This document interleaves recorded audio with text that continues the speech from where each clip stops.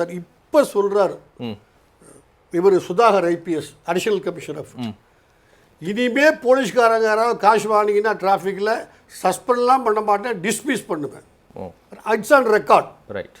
சரி, இது ஒரு அரசியல் காரணமே நான் சொல்கிறேன்.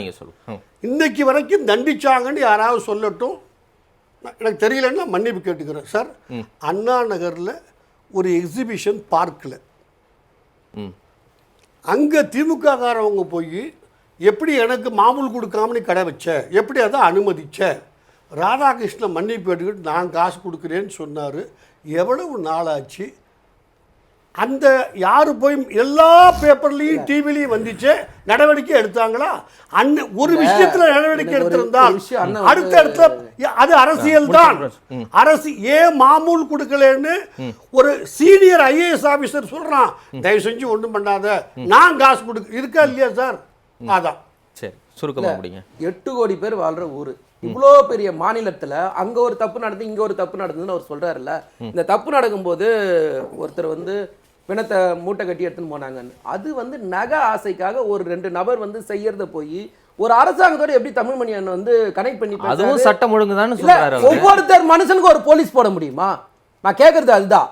ஒவ்வொரு மனுஷனும் ஒரு போலீஸ் போட முடியாது. தமிழ்மணி அண்ணன் மாதிரி சீனியர்ஸ் பொதுவா பேசணும். அவர் என்ன சொல்ற, அமைச்சர் அப்படிதான் பேசுவாருன்னு. அப்படி நான் எப்படி சொல்லட்டுமா? தமிழ்மணி அண்ணன் எப்படி தெரியுமா பேசுவாரு? அதிமுக கைக்கூலியா தான் பேசுவார். இல்ல அந்த வார்த்தையை பயன்படுத்த வேண்டாம். ஏன் இல்ல, அவர் அமைச்சரை சொல்லும் போது நான் வேடிக்கை பார்க்க முடியாது. இல்ல, கைக்கூலிங்கிற வார்த்தை எவனை ஏத்தும் பயன்படுத்தல. நீங்க என்ன பேசுறீங்க? நீங்க அமைச்சர் பேசுவாருன்னா ஒரு அமைச்சர் அப்படிதான் பேசுவாரு. கொஞ்சம் சப்போர்ட் பண்ணி பேசுவீங்க. ஒரு நாய்க்கு நான் கைக்கூலி இல்ல.